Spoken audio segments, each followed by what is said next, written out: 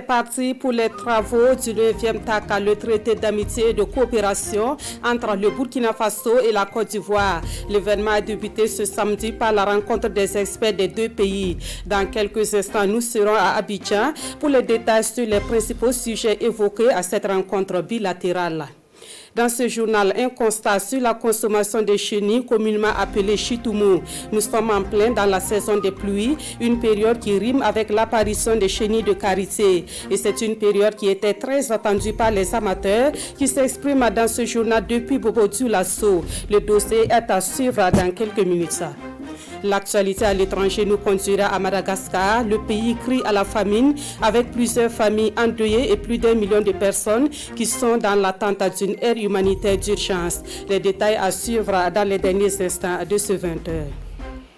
Bonsoir, merci de nous suivre. Direction donc Abidjan, la capitale économique ivoirienne. C'est par la rencontre des experts que s'ouvre la 9e conférence du traité d'amitié et de coopération entre le Burkina Faso et la Côte d'Ivoire. Et sur la table des experts, des thématiques liées à l'actualité dans les deux pays. Le point avec notre envoyé spécial Pascal Kane. Après hésitation et report liés notamment à la pandémie de Covid-19, Abidjan, la capitale économique de la Côte d'Ivoire, accueille la 9e conférence du traité d'amitié et de coopération entre le Burkina Faso et la Côte d'Ivoire. Et ce sont les experts qui ouvrent le bal. Sur leur table, des dossiers bien connus des différentes parties. Mais il y a lieu d'approfondir la réflexion au regard des difficultés de mise en œuvre de certains accords constatés par le comité conjoint de suivi et d'évaluation. Au moins 5 thématiques seront donc abordées par les experts. Le projet de l'autoroute Yamoussoukro-Ouagadougou, le projet de réhabilitation du chemin de fer Abidjan-Ouagakaya et son prolongement jusqu'à Tambao, la question de l'énergie électrique et des hydrocarbures, la matérialisation des frontières, le transport aérien, l'éducation, la migration, le commerce et le transport, pour ne citer que cela.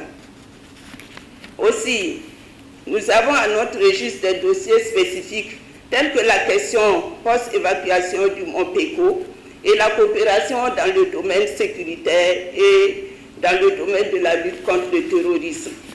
En plus de ces thématiques, la partie burkinabé a souhaité ajouter la question de la réouverture des frontières et la partie ivoirienne, l'approvisionnement de la Côte d'Ivoire en bétail et viande. Les résultats des travaux des experts serviront de base pour le Conseil des ministres conjoints. Il est donc important qu'à l'issue de nos échanges, nous puissions soumettre des alternatives innovantes qui renforcent les capacités de nos États à se donner les moyens institutionnels, financiers et techniques pour accélérer la réalisation des projets et des programmes structurants devant impulser le développement intégré de nos deux États. La 9e conférence du TAC marque le retour des experts de tous les ministères concernés, ce qui permettra aux responsables d'évacuer les dossiers pendants.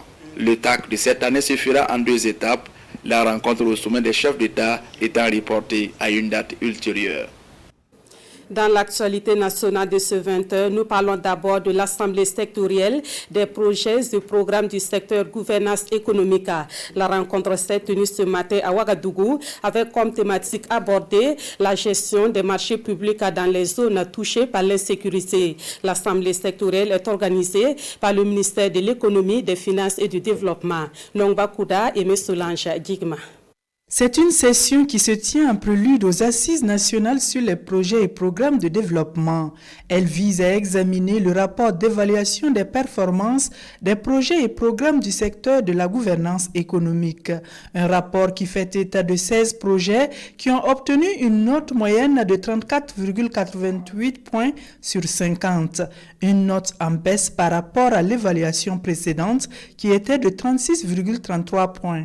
Globalement, en tout cas, la note est bonne, mais vous savez aussi que cela a été aussi tributaire parce que quand je regarde les projets qui n'ont pas connu, qui sont dans la zone rouge, il y a essentiellement des projets qui interviennent dans les zones difficiles. D'où le thème de cette session 2021, la problématique de la gestion des marchés publics en zone d'insécurité, quelle réforme pour la consolidation de la résilience face à la crise sécuritaire.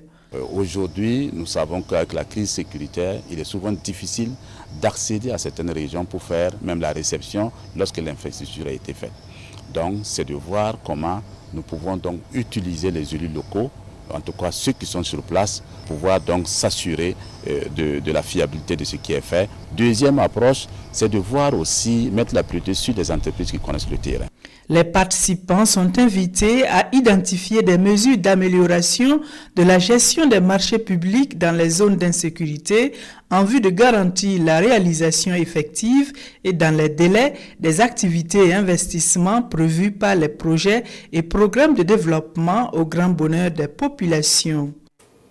Cap sur la Boucle du Moun, où le ministre de la Santé s'est rendu hier pour une visite au centre hospitalier régional de Dédougou. Le professeur Chalmay Ouedraogo a pu toucher du doigt les conditions de travail dans cette formation sanitaire de référence. Une formation sanitaire qui aura bientôt de nouveaux locaux puisque le chantier est en cours de réalisation. Le point avec Nabaïda Dabiré et Dramanso. Le ministre de la Santé sur le chantier du nouveau CHR de Dédougou.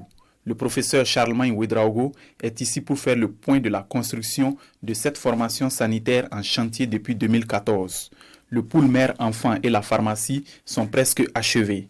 Le reste du chantier accuse un retard. Nous allons échanger avec les entreprises et le bureau d'études pour définir une feuille de route qui nous permette de savoir exactement à quel moment nous allons commencer à occuper les lieux pour offrir les soins. Donc les difficultés qu'ils présentent seront exposées et nous allons analyser ensemble comment trouver des solutions et puis leur permettre de poursuivre le travail. Les lots actuels peuvent être achevés en tout cas d'ici janvier 2022.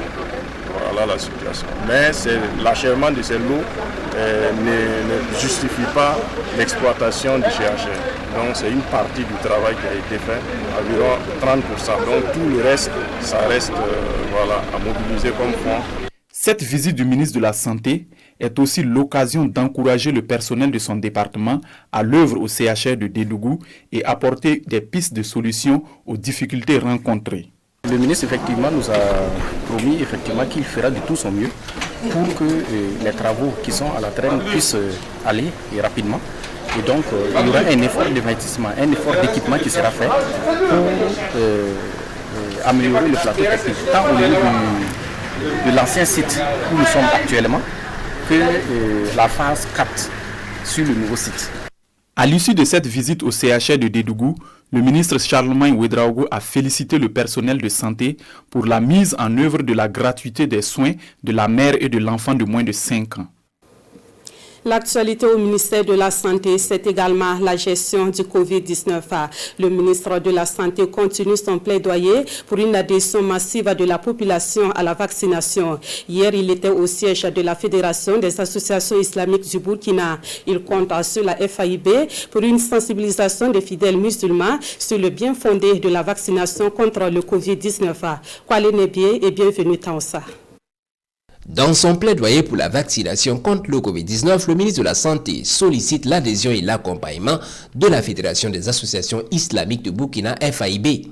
Au siège de la fêtière des associations musulmanes, le professeur Chalmay Ouedraogo est ici pour expliquer les engagements pris pour contrer la maladie à coronavirus dont la vaccination considérée comme l'arme la plus efficace. C'est pourquoi il demande aux responsables de la FAIB d'encourager les fidèles à se faire vacciner. Nous sommes venus non seulement leur demander leur accompagnement, mais aussi à leur demander d'être toujours de nos côtés pour que nous puissions sensibiliser la population afin de pouvoir convaincre les uns et les autres et obtenir un engagement communautaire en faveur de la vaccination pour que nous puissions chasser la Covid-19 du Burkina Faso. Le premier responsable de la FAIB a déjà reçu sa première dose du vaccin AstraZeneca et jouit à ce jour d'une parfaite santé, a-t-il signifié.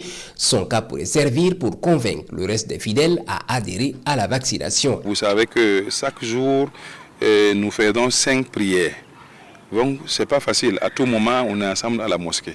Si ça se trouve que tu as vacciné, que par exemple, c'est 70% qui ont déjà fait la vaccination, ça va aider. Donc, vraiment, nous demandons à tous les frères et sœurs en tout cas d'aller se vacciner. Dans la première quinzaine du mois d'août, la Fédération des associations islamiques du Burkina prévoit un congrès et le ministre de la Santé se dit prêt à déployer des équipes de vaccination au lieu de rassemblement. Les participants pourront faire le choix entre 2 vaccins, AstraZeneca et Johnson & Johnson.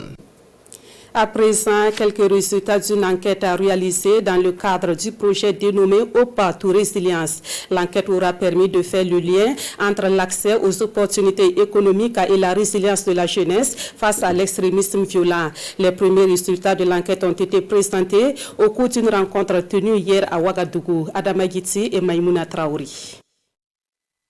Lancé le 19 février 2021, le projet Opportunité d'autonomisation des jeunes et résilience à l'extrémisme violent au Burkina Faso, encore appelé Op to Résilience, livre ses premiers résultats.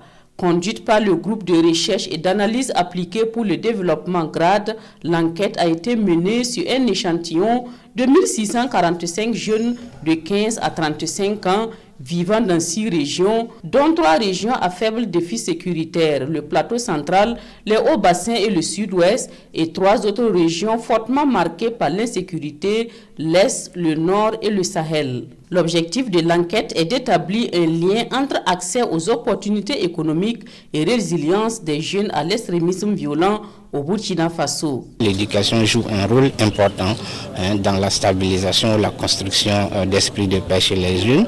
C'est aussi un jeune qui a, pour le résilient, qui a un emploi.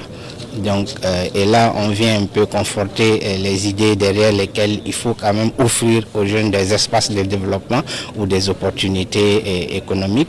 On retient également que c'est un jeune qui vit dans un milieu où la violence est relativement réduite. Ce que nous avons proposé comme point d'amélioration, c'est déjà au niveau du ciblage. Quand on est dans l'urgence, on doit cibler rapidement le problème et donc l'éliminer. La composante urgence, à notre avis, elle doit avoir un niveau de décision qui se trouve au niveau de la localité, de la région et de tout ça, mais pas au niveau central. L'enquête a été aussi menée dans l'optique de fournir des options et recommandations stratégiques pour améliorer les programmes économiques visant la résilience des jeunes à l'extrémisme violent. À la fin de l'atelier, ça serait bien de présenter les résultats donc au ministre d'État en charge de la réconciliation et de la cohésion sociale, étant donné que les référentiels donc au niveau national sont en cours d'élaboration.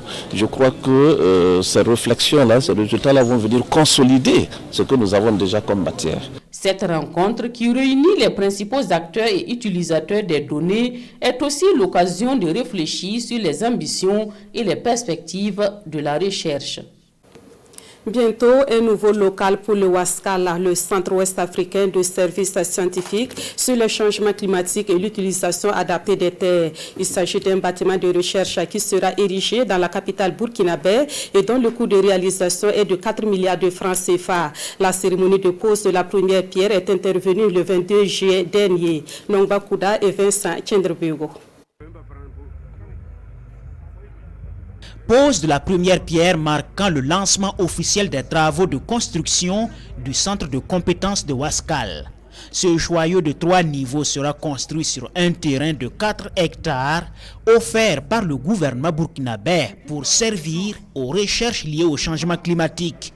Et c'est le ministre de l'Enseignement supérieur, de l'Innovation et de la Recherche scientifique du Burkina Faso qui a donné le coup d'envoi des travaux.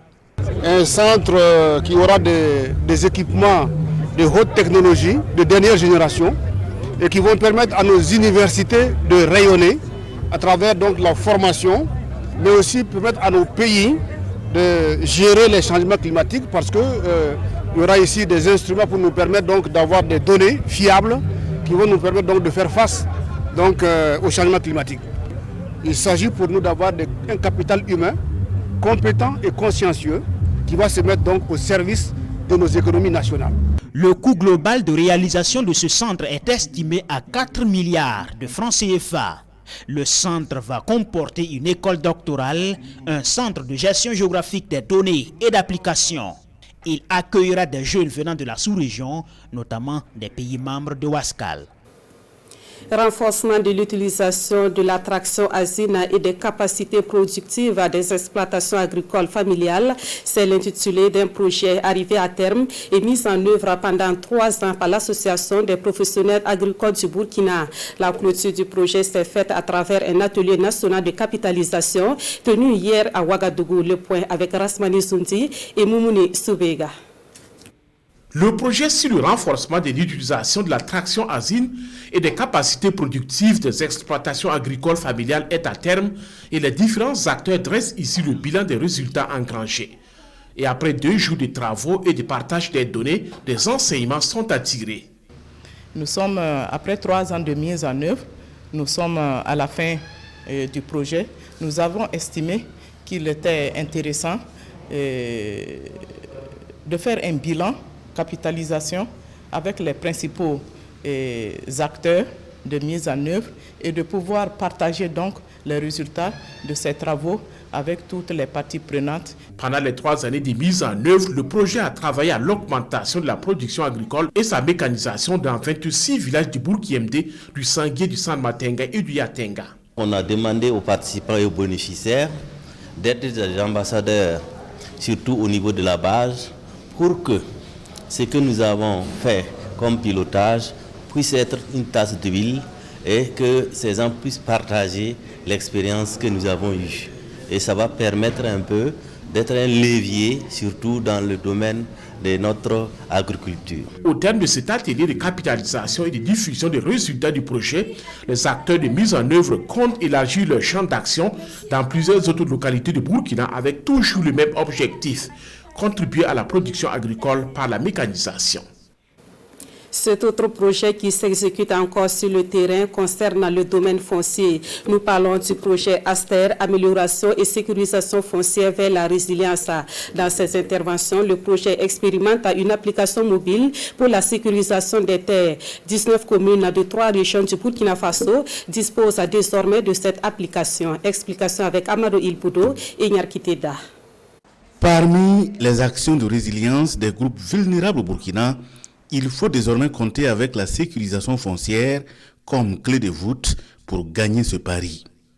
Une initiative de Aster, amélioration et sécurisation foncière des terres vers la résilience du projet RAS 2 qui l'expérimente depuis 2019 dans une vingtaine de communes de l'Est, du Sahel et du centre-nord du Burkina.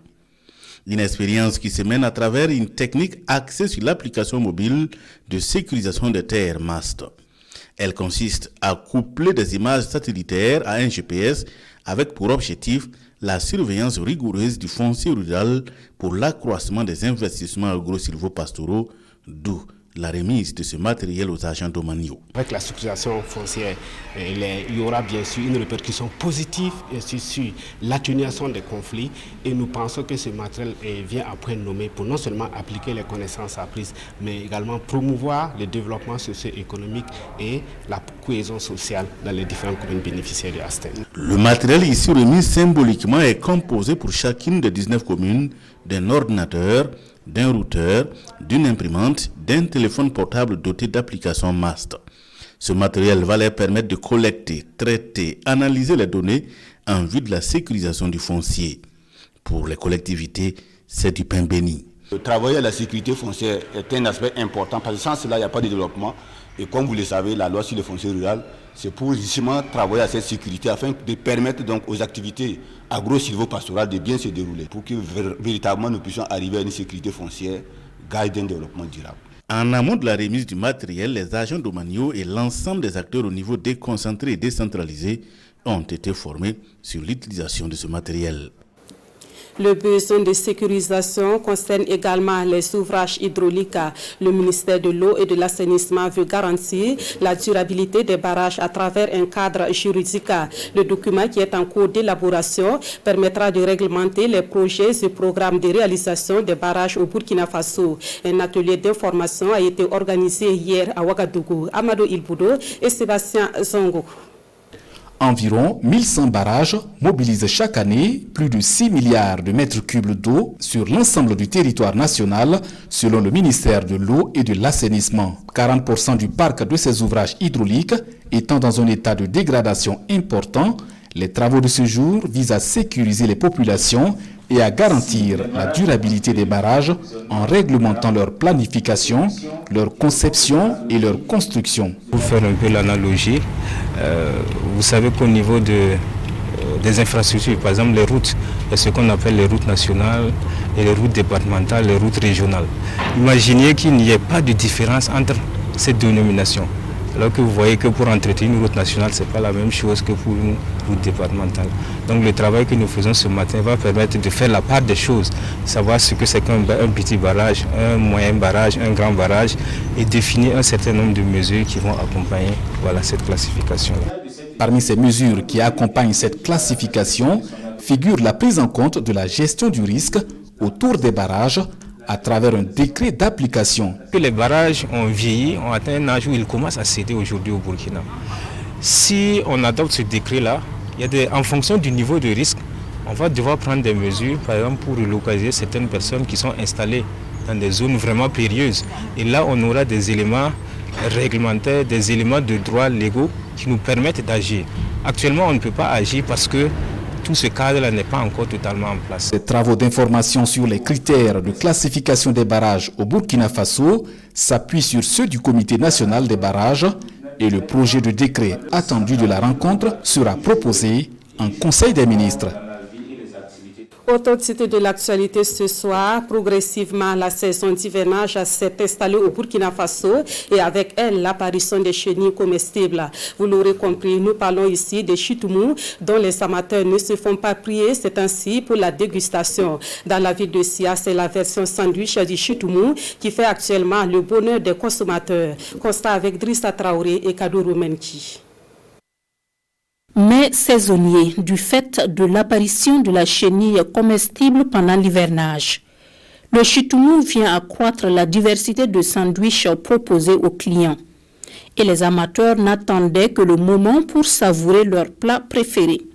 Par rapport aux autres sandwichs, c'est vraiment bon. Le prix est abordable. Bon, j'attendais cette période et tout. Bon, je vous invite à venir payer. Le sandwich de chitoumou est vendu à 250 francs ou 300 francs en fonction de la composition de la garniture. Un marché qui fait l'affaire de ces dames qui en ont fait leur principale source de revenus. C'est notre travail. Nous vendons le frais et le sandwich aussi. Chaque année, nous en vendons. On ne se plaint pas. Les gens aiment ça. J'ai commencé la vente des sandwichs de chitoumou depuis le 5 juillet. Demi-pain avec mayonnaise coûte 300. Sans mayonnaise, c'est 250. Comme c'est pendant la saison des pluies seulement, on profite pour gagner un peu d'argent. Même si chitoumou frais disparaît, je fais la soupe du sec pour vendre en attendant la prochaine saison de pluie pour reprendre la vente des sandwichs. Le chitoumou séché se retrouve sur le marché pendant toute l'année. On le retrouve même semi-industrialisé dans les rayons de certaines boutiques. Mais c'est en saison des pluies que l'on retrouve le frais dans son état naturel. Son prix varie en fonction des différentes périodes de la saison et actuellement la boîte est vendue sur le marché à 1000 francs.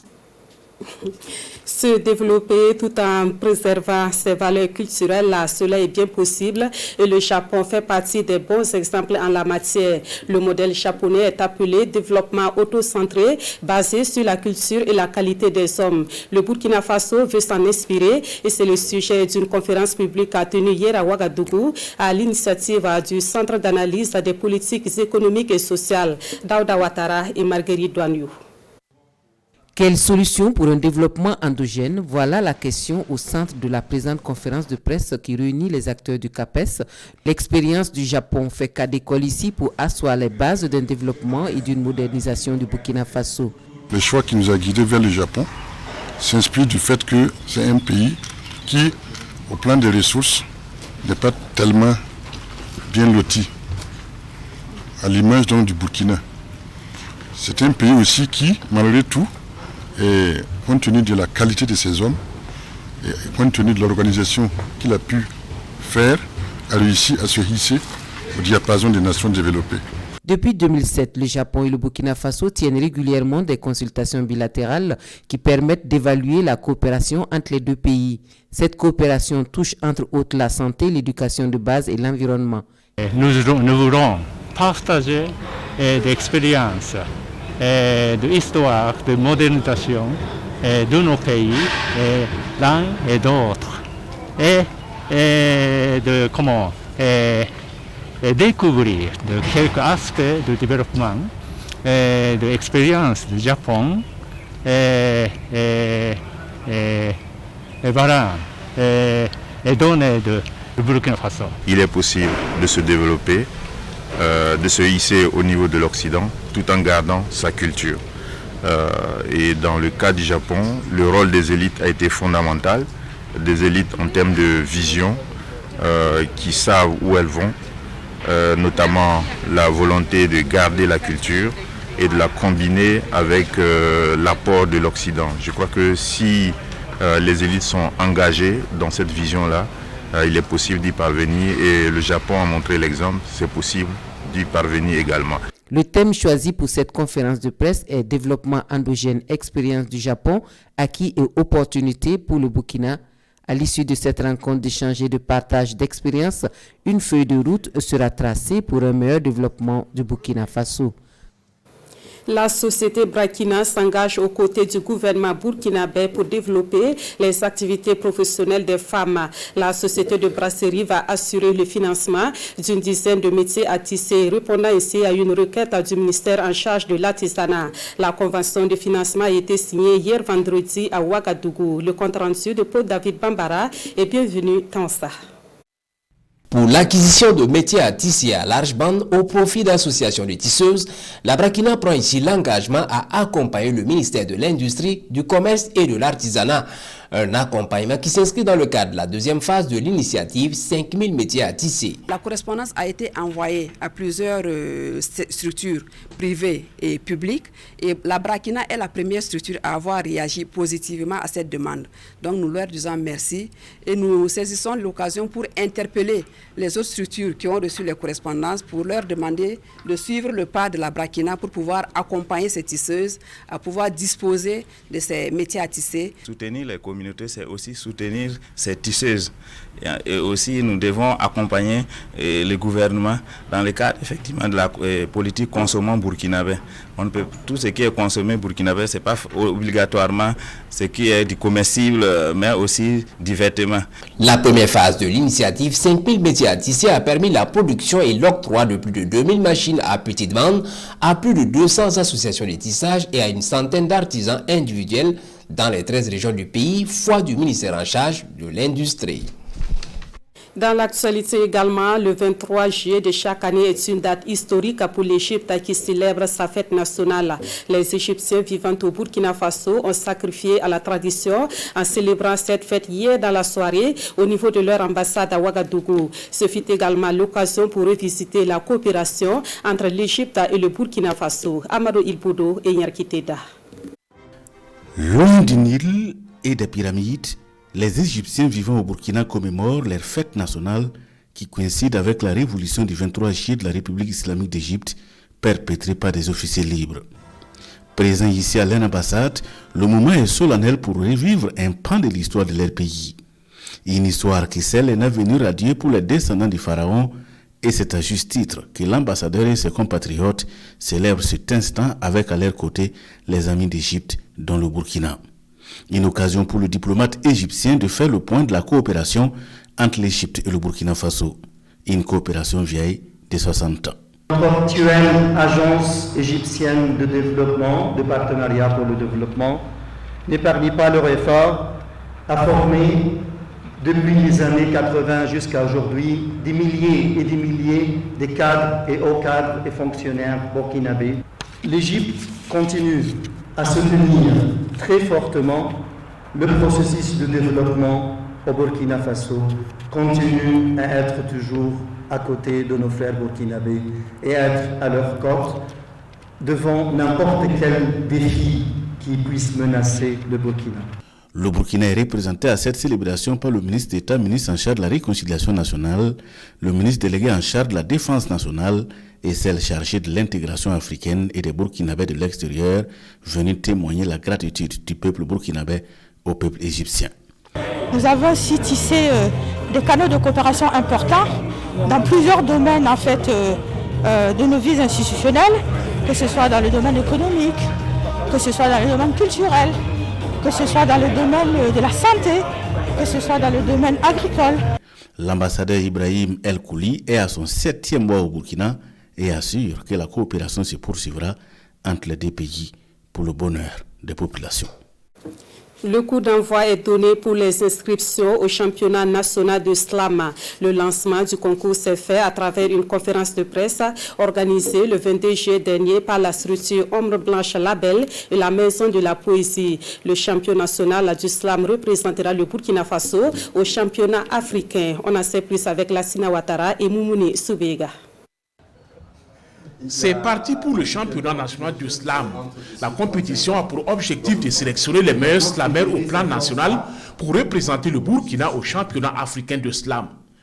Un événement qui se veut une aubaine pour la jeunesse selon les organisateurs de la compétition. La particularité de ce championnat, c'est que le comité ad hoc qui va s'occuper de la présélection des slameurs ne seront pas des slameurs d'ici. C'est des slameurs d'autres pays que nous allons citer à la fin pour justement garder tout le secret afin que ces derniers puissent vraiment travailler dans l'ombre. Parce que comme on le dit, presque tous les slameurs se côtoient et se connaissent. Dans un contexte sécuritaire difficile qui met à mal le vivre ensemble et menace la paix et la cohésion sociale au Burkina Faso, les organisateurs du concours offrent ainsi à la jeunesse burkinabé une tribune d'expression lui permettant de distiller des messages de construction à la nation tout entière. Le projet est donc une tribune d'expression et le langage de paix et de réconciliation sera le plus abordé. Nous visons spécialement le partage des idéaux de civisme, le langage de paix et de réconciliation nationale, la seule émulation des talents oratoires, la conscientisation de la jeunesse, la désignation du porte-fagnon pour le championnat d'Afrique de slam poésie pour les nations francophones. Pour cette édition 2021, les inscriptions s'y font uniquement en ligne. Et cette conférence marque donc le début de ces inscriptions qui s'achèvent le 22 août prochain. En sport, nous vous donnons les nouvelles de nos représentants aux Jeux olympiques de Tokyo. L'athlète Martha Yasmine Kouala s'est préparée toute la saison dans l'espoir d'une victoire aux 100 mètres haies. En route pour Tokyo, notre envoyé spécial Jérôme Tsenderbego l'a rencontré à Paris. Voici son reportage. En provenance de l'African Athletics Development Center de Dakar au Sénégal, où elle forge ses armes depuis 2020, la sprinteuse et heptathlonienne Martha Yasmine Kouala va à Tokyo avec le moral au top. Ça va? Je suis confiante et prête pour attaquer la compétition. Je me suis bien préparée cette année. Je me suis préparée et il y a de cela quelques semaines, j'ai fait pas mal de bonnes performances qui sont vraiment significatives et encourageantes. Consciente de ses forces mais aussi de ses faiblesses, Martha Yasmine Kouala entend profiter des 5 jours en terre nippone pour effectuer les derniers réglages. Arrivé à Tokyo avec mon entraîneur, on va juste essayer de faire quelques réglages, surtout au niveau des sauts, à la longueur et au niveau des lancers également. C'est vraiment mon point faible, le javelot et également les 800 mètres, mais je crois que ces 2 dernières semaines, je me suis vraiment préparée pour m'améliorer, on va dire. Donc je pense que je vais donner le maximum parce que l'objectif c'est de battre le record d'Afrique et je pense que si j'arrive à améliorer ces deux disciplines-là, je pourrais le faire. C'est ainsi que la 23e mondiale dans ses spécialités compte bousculer la hiérarchie à Tokyo, non seulement en heptathlon, mais aussi sur 100 mètres haies, dans l'espoir d'offrir au Burkina ce qu'il attend depuis toujours, une médaille olympique. En bref, sachez que le Burkinabé Paul Domon en cyclisme est le premier étalon à entrer en compétition au JO de Tokyo. Une course à cycliste sur une distance de 236 km lancée aux environs de 2 h du matin. Le champion du Burkina était dans l'échappée matinale qui a atteint 20 minutes d'écart avec le peloton. Et là, ça pour des problèmes mécaniques, Paul Domon a dû abandonner après 100 mètres d'efforts intenses avec des coureurs pour la plupart professionnels. Le 28 juillet prochain, Paul Domon va encore enfourcher son vélo pour la deuxième épreuve. Nous lui souhaitons bonne chance. Actualité hors du Burkina Faso, Madagascar est frappé par la famine. C'est une catastrophe humanitaire engendrée par le dérèglement climatique. La famine touche particulièrement le sud du pays où plus d'1 million de personnes attendent une aide alimentaire. Victime de la sécheresse, Madagascar crie famine. Dans le sud de l'île, plus d'1 million d'habitants ont besoin d'une aide humanitaire d'urgence. Plusieurs familles sont déjà endeuillées. Mes enfants pleurent. Ils pleurent tellement, de tout leur cœur, de toute leur force. Lui s'est déjà évanoui à force de pleurer. Ce hameau désert est l'un de ceux connus des travailleurs humanitaires sous le nom du village des zombies, n'abritant que quelques habitants qui semblent attendre la mort. 5 enfants et 3 femmes sont morts. Je l'ai vu de mes propres yeux. Ils sont morts de faim. Après des années avec peu de pluie et des tempêtes de sable, l'agriculture sur ces terres est impossible. Ici, à Ambovombe, la ville est débordée par l'afflux de centaines d'affamés, livrés à eux-mêmes depuis des mois. On les coupe comme ça, mais c'est presque impossible car c'est dur comme du bois. Tu penses qu'on va jeter ça ? Une fois bouilli, on va le manger tout de suite. On a trop faim. Le président malgache a annoncé une série de grands projets de développement pour la région, victime de sécheresse chronique. Par rapport à votre déclaration, qu'il fasse tout de suite. Il veut absolument que dans 18 mois, ces projets soient un réel impact pour cette population. Donc bien évidemment, on parle de routes, il faut tenir compte des délais de construction de routes.